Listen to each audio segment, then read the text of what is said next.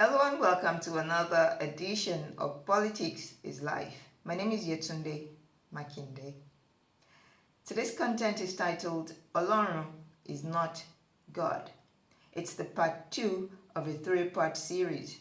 If you haven't seen part 1 titled Issue is Not Satan, the link to it is in the description box below.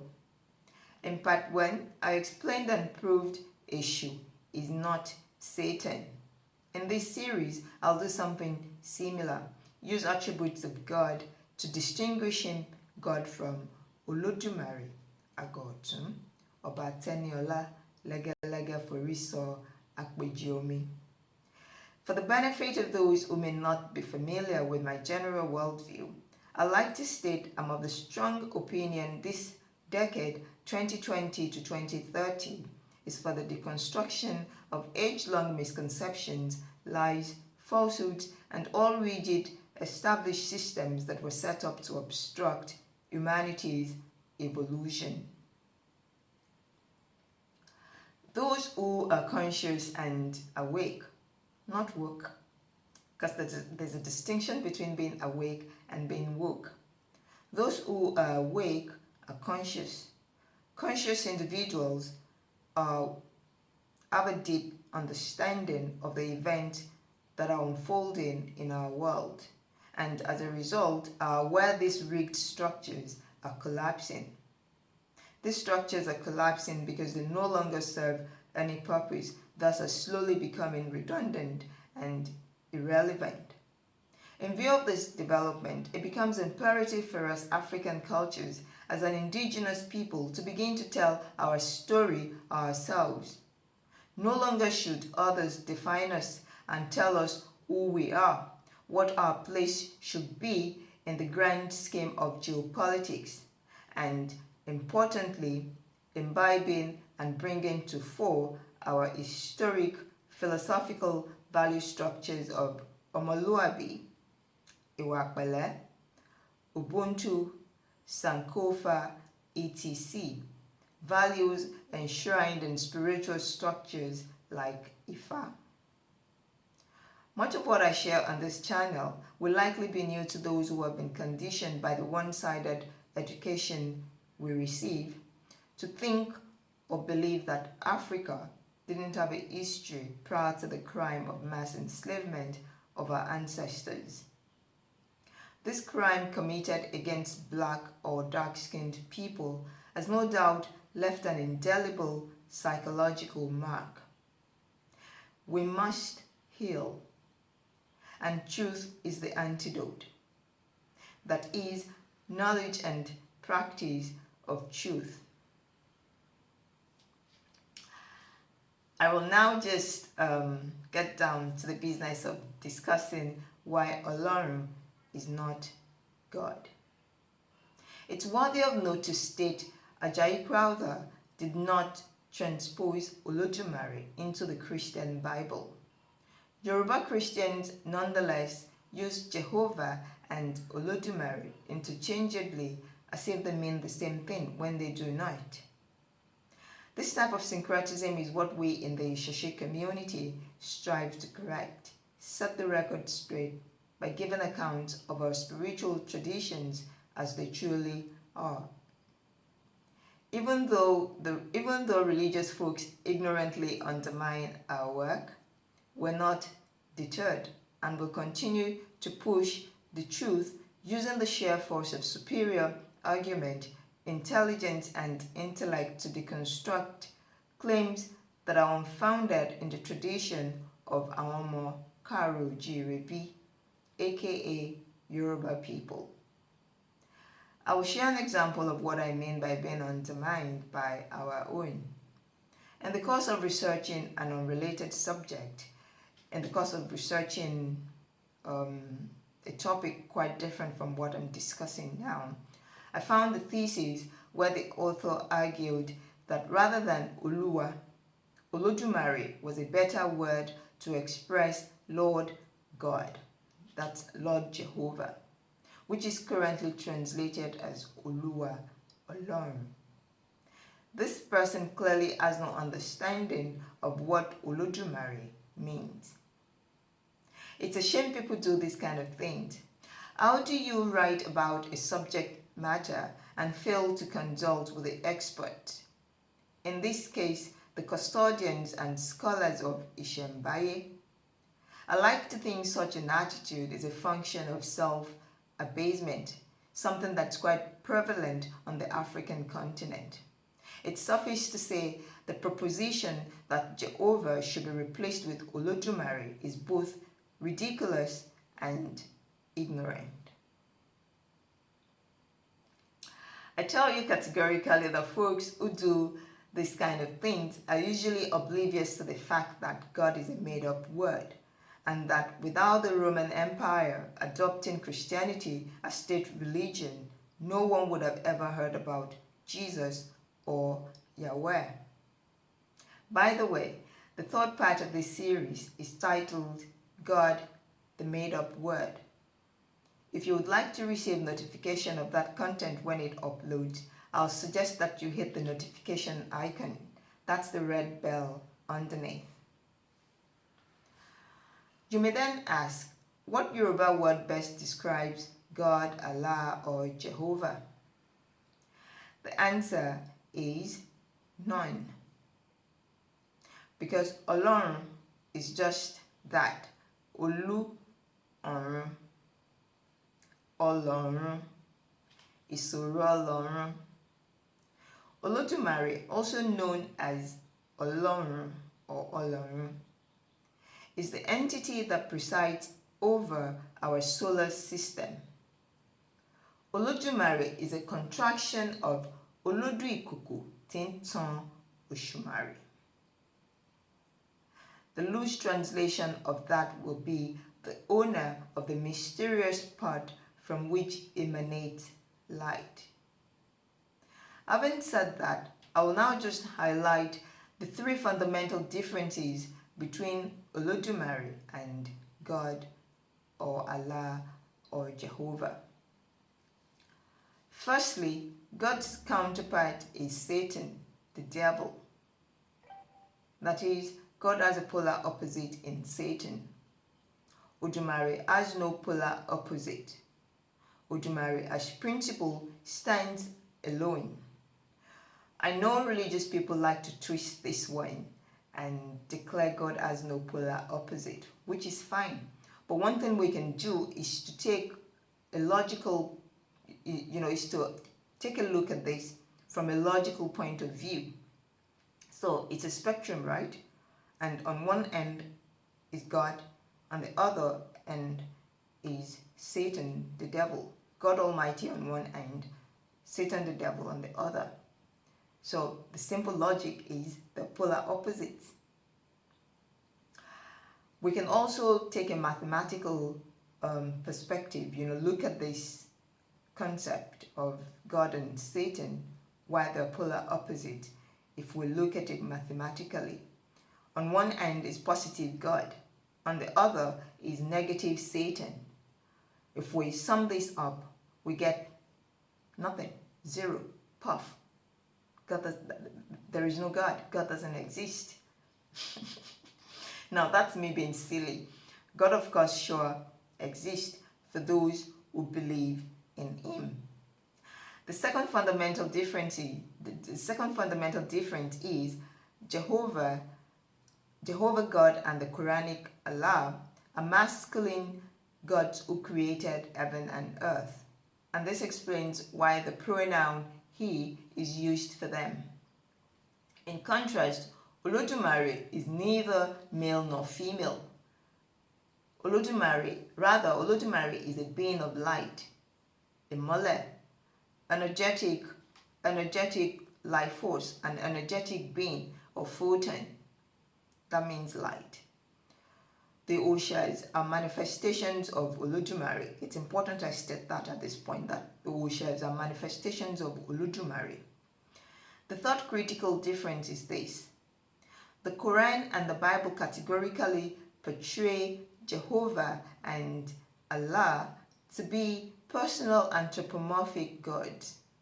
That is, God exhibits human traits like anger, frustration, bitterness, jealousy, etc. Again, in contrast, Olodumare, according to the cosmogony narratives enshrined in Ifa, is an impersonal, impartial entity of light, a transcendent being of light.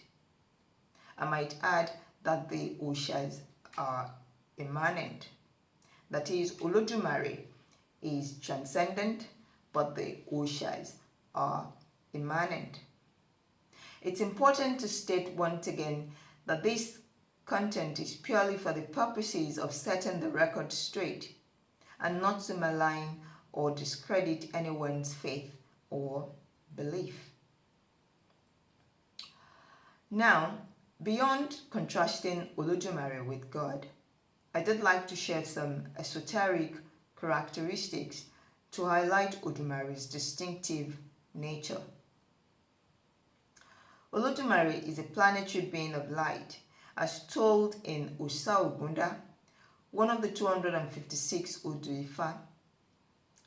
As stated earlier, Olodumare is a contraction of Olodu Ikoko Tintan Oshumare.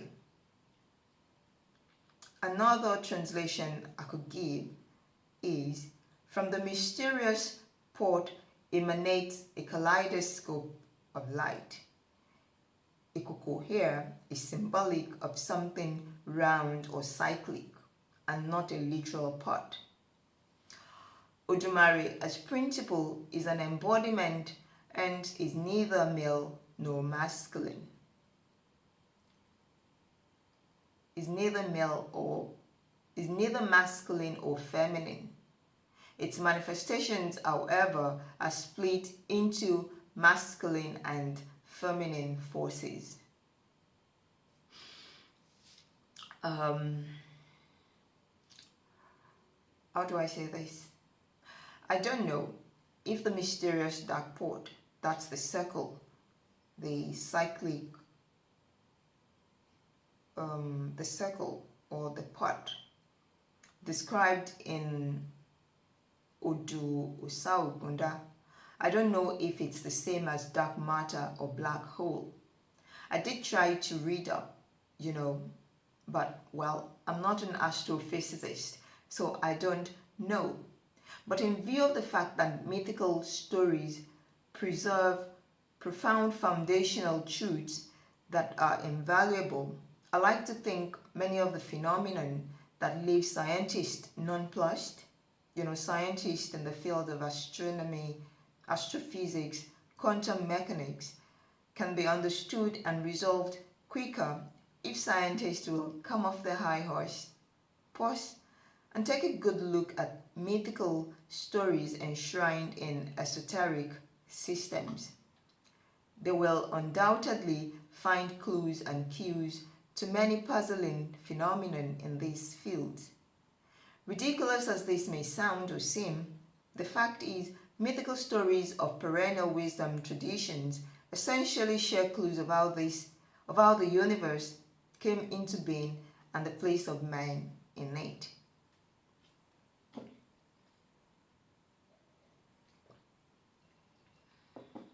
Parched throat. I've done something in the description box. If you look in the description box, there is a link to this website where I found these diagrams to explain some of this phenomenon. I found it when I was researching, when I was trying to understand what black hole or dark matter really is and trying to link it with the pot described in Osa Ogunda. So I found this website, which is linked, like I just said. I found that there is an alternative theory to the existing standard history of the universe. The alternative theory is called History of the Universe with Primordial Black Holes, because scientists are beginning to think that black holes could be dark matter and may have existed since the beginning of the universe. So the pot described in Osa Ogunda, from which emanated a kaleidoscope of light that formed that formed galaxies and stars and our solar system may well be what scientists call dark matter or black holes. Because in the past, they've always talked about black holes, but it's only just now that they're beginning to place these primordial black holes to have existed right from the moment when the Big Bang occurred. So you take a look at that diagram, read up the content of that article as well to help you have a good understanding of these things. Quite frankly, Ifa is not opposed to science. Rather, if understood, it will augment and hasten humanity's evolution. Furthermore, Osa Ogunda explains the admixture of materials that were in the mysterious cyclical spot or pod from whence Olodumare was birthed or emanated. In addition, this same Odu also informs us that Akamara is the infinitude universal principle. That is, Akamara is creation, while Olodumare is a planetary entity presiding over our solar system. Our solar system is what we call Eleaye, and our own planet is Ile, that's ground or land.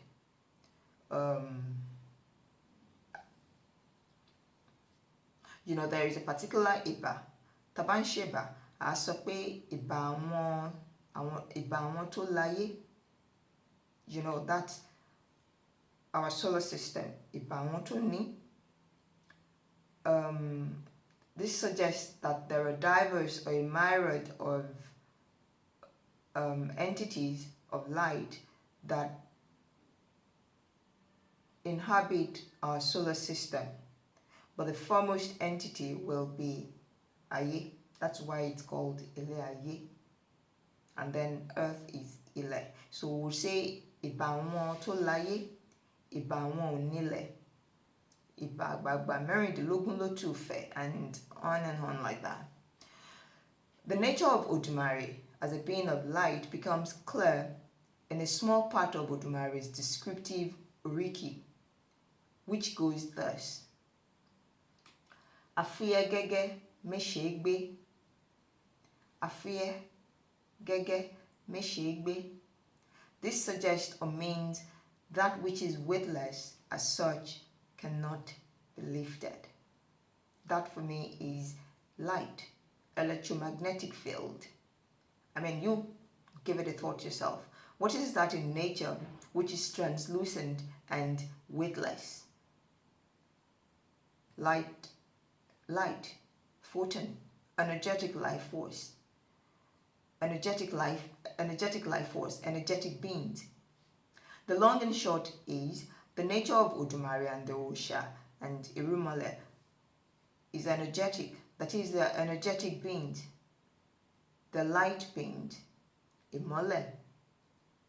Olodumare and the Osha are energetic light forms.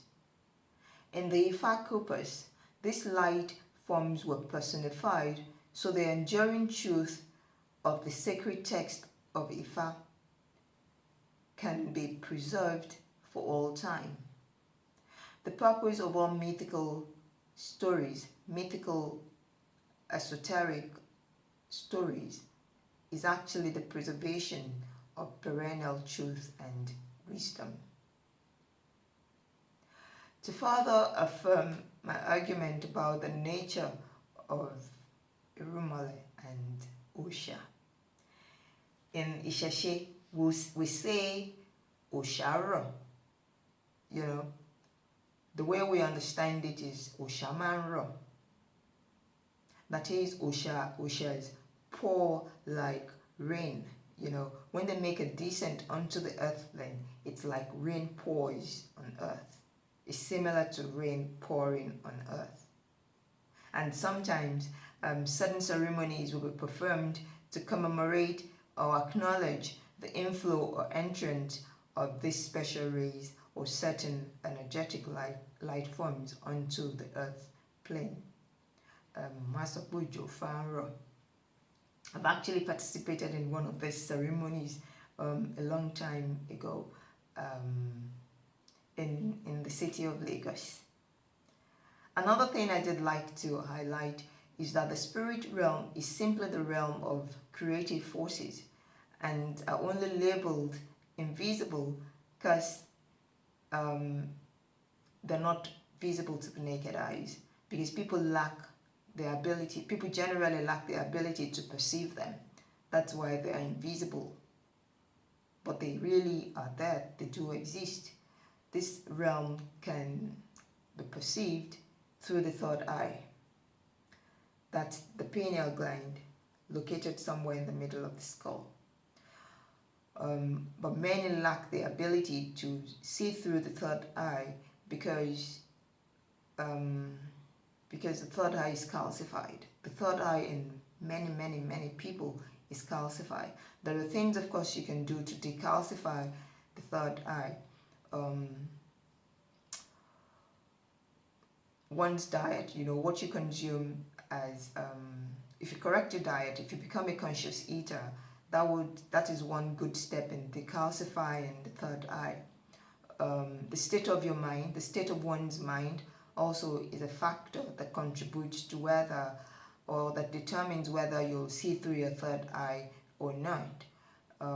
If your mind is constantly chaotic and the energies that surround you is dense, of course, it will be hard for you to see through the third eye.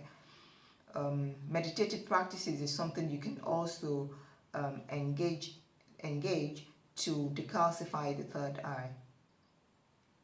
To wrap this up, I will again state that the scientific community will fare better if the effort is made to understand the information entrenched in perennial wisdom traditions. I hope I've been able to do justice to this differentiation exercise and that the presentation makes sense, that you can appreciate that Olodumare is indeed not synonymous in any way with the creator God of Islam and Christianity. If you did like to support my team and I, you can do one or all of the following. You can like this video, you can subscribe to the channel, and you can share this content as well. What you can do, however, to make us even happier is to consider making a purchase of my book titled Who Can or Will Save Nigeria? Entire Brigade of Technocrats. The links to where you can make a purchase of the e-copy as well as the print version are in the description box below. Until I come your way next time, it's Yetunde Makinde saying Ireo.